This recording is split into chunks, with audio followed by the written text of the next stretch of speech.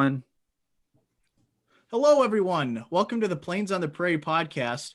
I'm Max, and today I'm joined by Sam, and we have a very special guest today, Brigadier General Al Henderson. Brigadier General Al Henderson joined the Air National Guard in 1954 and served up until 1997, retiring as a Brigadier General. We're very happy to have him on the podcast today, and we'll get right into it. So thank you for joining us today, General Henderson.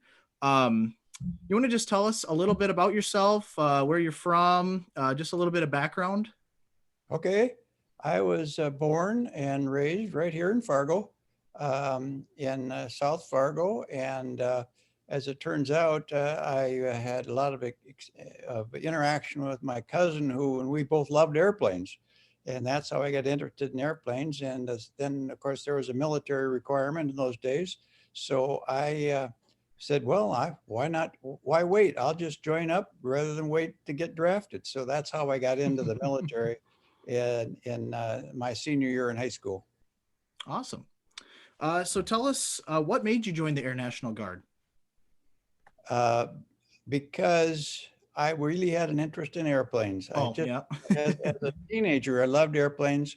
And so I figured, well, if I'm going to serve, let me serve around airplanes. And at that point, I had no understanding that I could be a pilot. It's just that I needed to serve. And I was a mechanic to begin with in the Air National Guard. So I was a happy hooligan mechanic to begin with. So tell us a little bit about your education. Well, I was educated, and of course, in the high school here in Fargo. I went, in those days, it was called Central High. It burned down in 1968, but Central High School. And then I went on to NDSU in mechanical engineering, and I got a degree in mechanical engineering, and then went to work in industry for General Electric for 1 year. I was on a training program. They moved me around. And so I worked for them for 1 year and then decided, no, I think I'd like to go back to the university and get an advanced degree. And so I came back here and started a degree in mechanical engineering, but then learned about industrial engineering. And then I went to industrial engineering. In those days, it was called industrial engineering and management. And I went there and got my bachelor's degree there. And then after that, I wanted to get a master's degree, and it's best to get it someplace else. So, and I had a desire, maybe I could come back here. So I went to Iowa State University and got a master's and a PhD at Iowa State University in Ames, Iowa, and Des Moines, Iowa is just 30 miles south of there. And that's where the Air National Guard unit was. Awesome. Very cool. So when did you decide to go onto the pilot side after being previously a mechanic? Okay, well, I was a mechanic, and then I heard about the ability that we had to apply for pilot training. And I thought, you know, why? I think I'll do that. That'd be kind of interesting and be rewarding and a lot of enjoyment and fun to serve that way. And so I applied and was accepted and passed all the physicals and all the tests that they give you. And that's how I got into it, from a mechanic to a pilot trainee.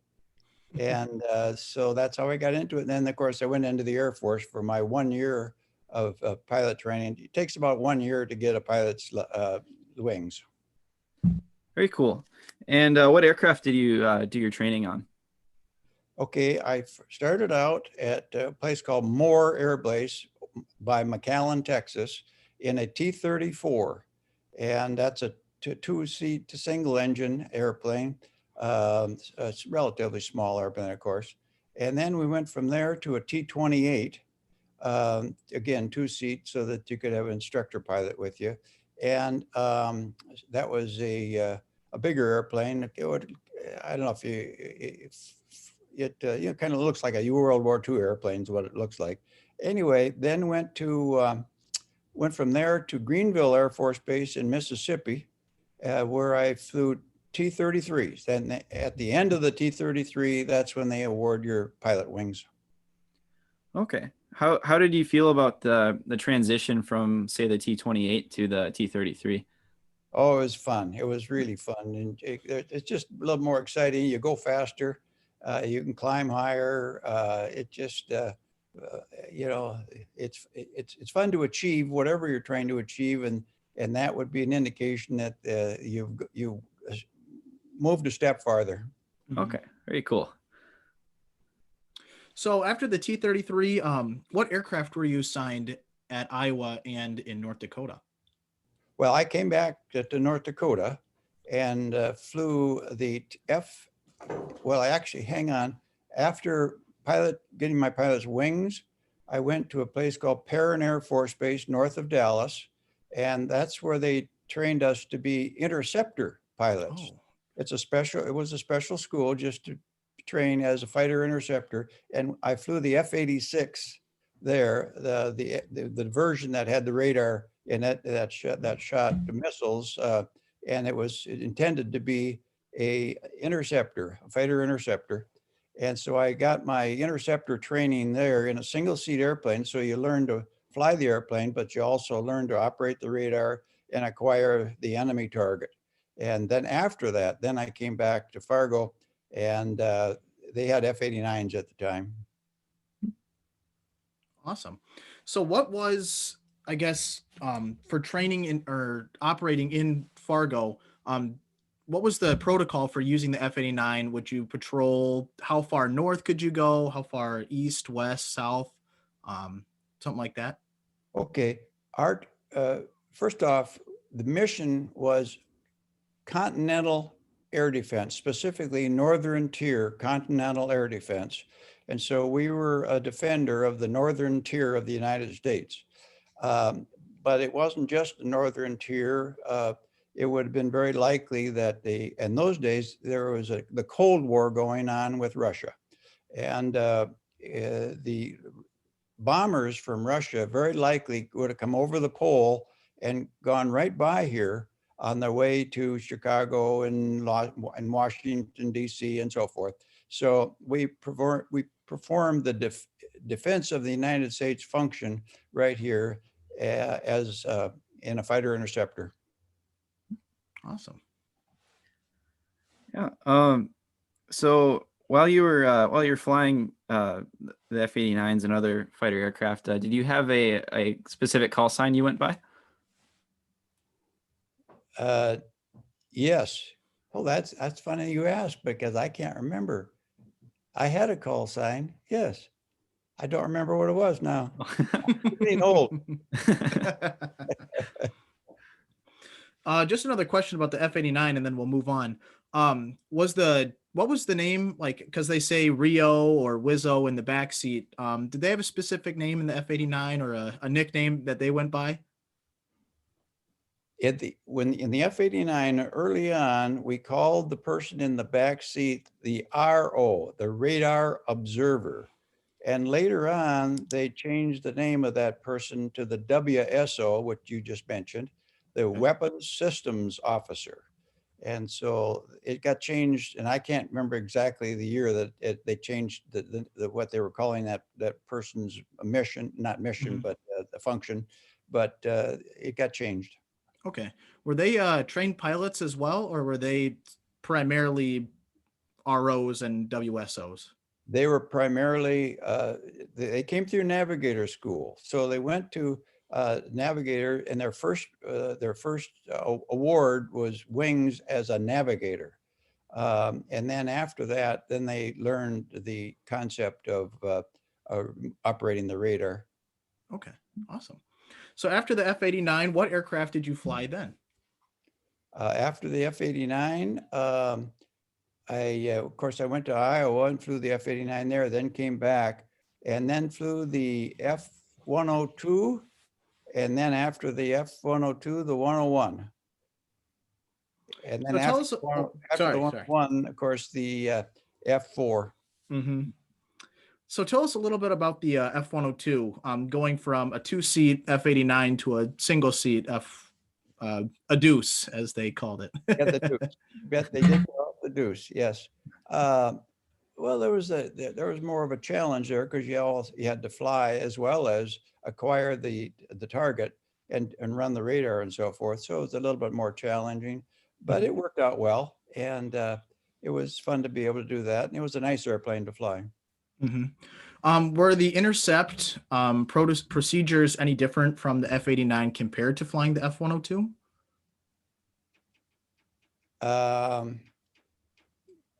Yes, the F-89 carried nuclear rockets, and our strategy with the nuclear rockets was the main, I should say the main strategy was a head-on attack.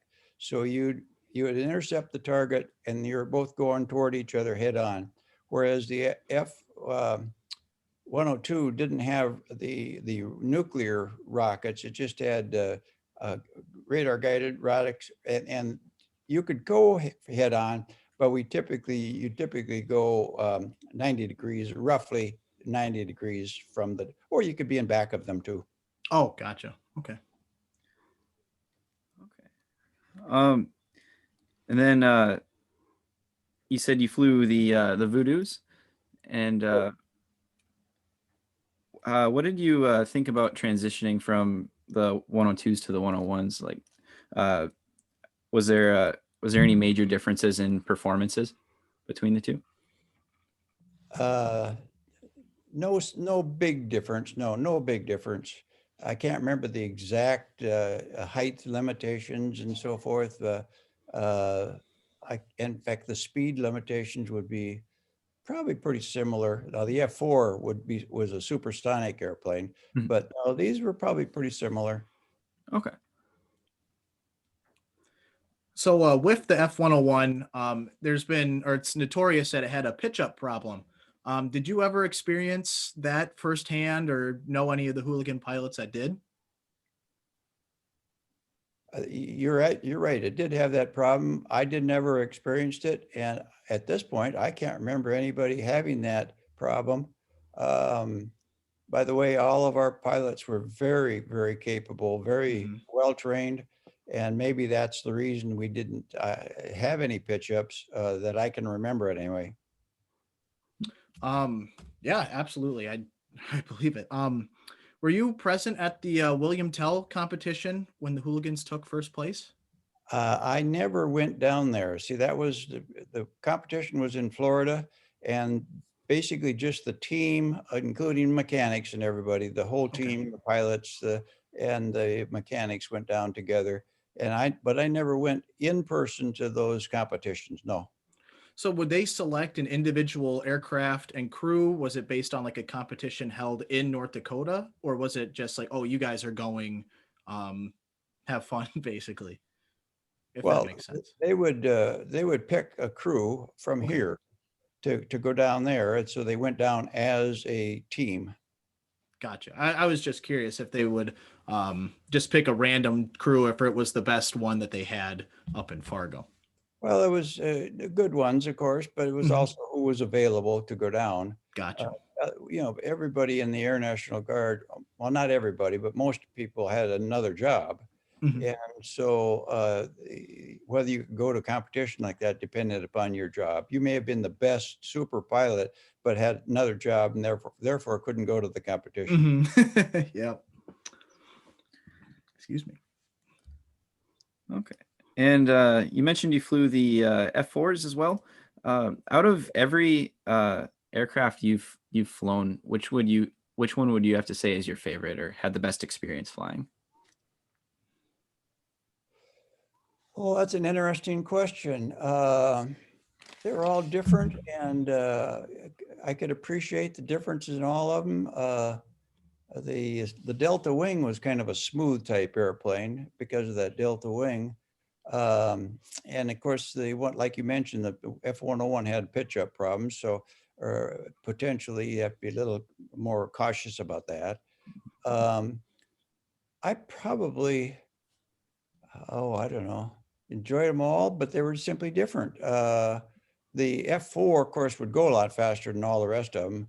It was a Mach 2 airplane. Mhm. My personal experience was I only had gotten up to Mach 1.8. By the way, the reason for that is our missions were to train so that if it ever happened, we'd be available. So our training was all over North Dakota, and we had airspaces specifically designated for us to train in. And those airspaces were only, I don't remember now, but 200 or 300 or 400 miles long. And typically in those airspaces, you start out at one end and you may not get all the way to Mach 2 by the time you hit the other end. So with So those, during your, go ahead, Sam. so with those airspaces, was there any overlap with other guard units or any other patrolling units? No, that was just our unit here. Okay. Well, wait a minute. I'll oh. take that back. For a while, Grand Forks Air Force Base used to have 106s. That's a good question. Mike, I'm going to assume that they used the same airspace that we did. Okay. Awesome. Just curious, during your career, did you have any intercepts? Of intercepts of whom? Soviet bombers or stray pilots?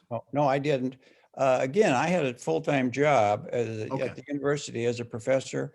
And so I didn't go on any of these deployments, but we had some deployments where our people went like to Iceland and so forth, and they would intercept, not shoot intercept, but intercept Soviet bombers.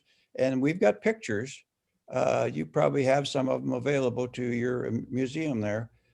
We have pictures of our Happy Hooligan airplanes and the Russian bombers. Gotcha. Just a personal question for me. Did you ever have any time flying in or flying the VC-47 Mini H? I, on occasion, acted as a co-pilot, but I was never the pilot of a C-47. No, that was before my time. Gotcha. Well, we just want to know so after you retired in 1997, what did you do? I was a professor until 1998. I actually retired from my professor job in 1998. I worked at the university for 29 years. I was a professor of industrial engineering and management, and I also was the department chairman for, I can't remember how many years, but 8-10 years. Wow. It's quite the career both at NDSU and in the Guard. Wow. I was very fortunate. They were very compatible because the NDSU is right next to the airport. And so if I had some flying to do, let's say late afternoon, or if I was on alert, I could just zip from the university right out there and perform my duty. And by the way, we were on 24-hour alert here. The whole unit could have been activated, of course, if there was a big issue, but we were on 24-hour alert with at least 2 airplanes all the time. And so it was very common to go from work right out to the Guard and start a shift at 4 o'clock and go till 8 the next morning on your shift to be on alert. Awesome. Well, I think, Sam, do you have any more questions? So how have you been enjoying your retirement since then? My wife and I are very close to our family, and we happen to have a lake place. And so we spend a lot of time back and forth. I'm talking to you right now from my apartment in Fargo. And so we had a home here and a lake place. And then now we have an apartment here and a lake place. But to answer your question, we spend a lot of time with our family. We've got 3 children and grown children and 10 grandchildren. Wow. Yeah, and it's exciting to be with them and spend some time with them and really enjoy that. That's great. Awesome. And also, I served, actually before my retirement, but from little bit before my retirement to after my retirement, I served on the board at Valley Christian Counseling Center. In fact, for a while, I was chairman of the board. So give you Awesome. a little idea of the other things I did. Very cool. good. Have you passed on the aviation bug to any of your relatives? One of my grandsons he works in Washington D.C. area, and he's in space vehicle development, Oh, very and cool. and he really loves airplanes. He's never become a pilot and gone through pilot training, but he loves airplanes. So I share a lot of experiences and pictures with him. Awesome. Very nice. Awesome. Well, all right. I think, Sam, unless you have any other questions, thank you so much for coming onto the podcast. This is our first big interview, and I'm honored that it could have been you. So thank you, General. We appreciate it. Well, this has been a lot of fun, and I wish you both well, and I look forward to seeing both of you at the Air Museum. I really appreciate the Air Museum and all the work you've done out there. And so Awesome. thank you. Thank you. Thanks again for joining. Yep. Yeah. Have a good day. Yep, You you too. too. Bye-bye. Bye. Is it still recording? Yeah, I'll stop.